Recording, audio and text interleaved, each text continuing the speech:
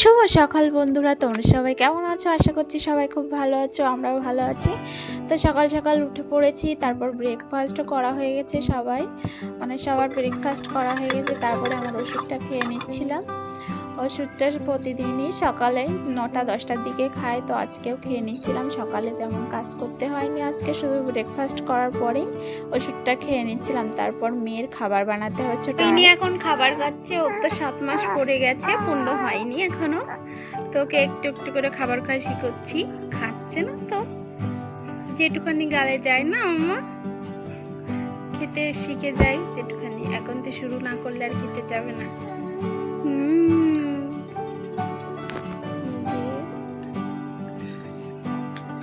নাও শোনা মানে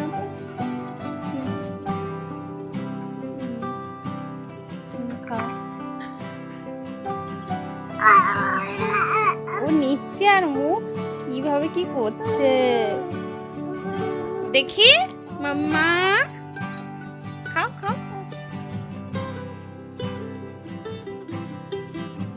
মেয়েকে খাইয়ে ছোট মেয়েকে খাওয়ানোর পরে আমার বড় মেয়েকে খাইয়েছি। বড় মেয়েকে খাওয়ানোর পরে এখানে চলে এসেছি একটা পার্সেল ওপেন করার জন্য। গতকাল বিকালবেলা দিয়ে গেছিলো পার্সেলটা মিশো থেকে। অনেক লেট করেছে, 5 তারিখে দেওয়ার কথা ছিল। সেটা হলো সে পার্সেলটা এসছে 10 তারিখে। আমি তো ভাবছিলাম ক্যান্সেল করে দেব, পরে ক্যান্সেল করার অপশানটা পাইনি। আমার বোন অর্ডার করেছিল আমার ফোন থেকে, তো টাকা দিয়ে গেছিলো।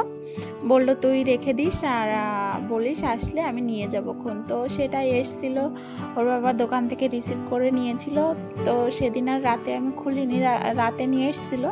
তো পরের দিন আজকে সকালবেলা খুলেছি, খুলে দেখছিলাম কিছু কি আছে নাকি। তো খুলতে খুলতে একটা চুল পেয়েছিলাম, তোমরা দেখতেই পেয়েছো ভিডিওর প্রথম দিকে। তো চুল পেয়েছি, আর এইটা কেন যে এরকম দেখো, তার ডিজাইনটা একটু উপরে করলে শাড়িটা তো আর ওরকম দেখা যায় না। তো শাড়িটা কেমন দেখা যাচ্ছিল।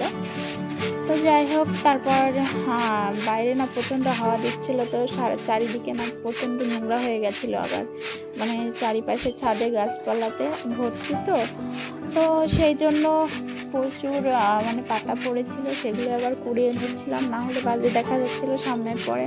ঘরের সামনেই যেহেতু এটা ছিল, এই জায়গাটা ঘরের সামনেই। আর দেখো আমি ভয়েস ওভার করছি, আর আমার বড় মেয়ে হলো শুধু খেলা করছে আর চেঁচাচ্ছে। আর আমার ছোটো মেয়ে ঘুমিয়েছে, ওকে ঘুম পাড়িয়ে তারপর আমি ভয়েস ওভার দিতে বসেছি। কি হচ্ছে না ওরকম করে না, আমার শোনা না তুমি। এই বাইরেটা পরিষ্কার করার পরে ঝাড় দেওয়ার পরে আবার রান্নাটা করব। রান্নাটা করা হয়নি আজকে সকালে, আবার রান্নাটা করিনি।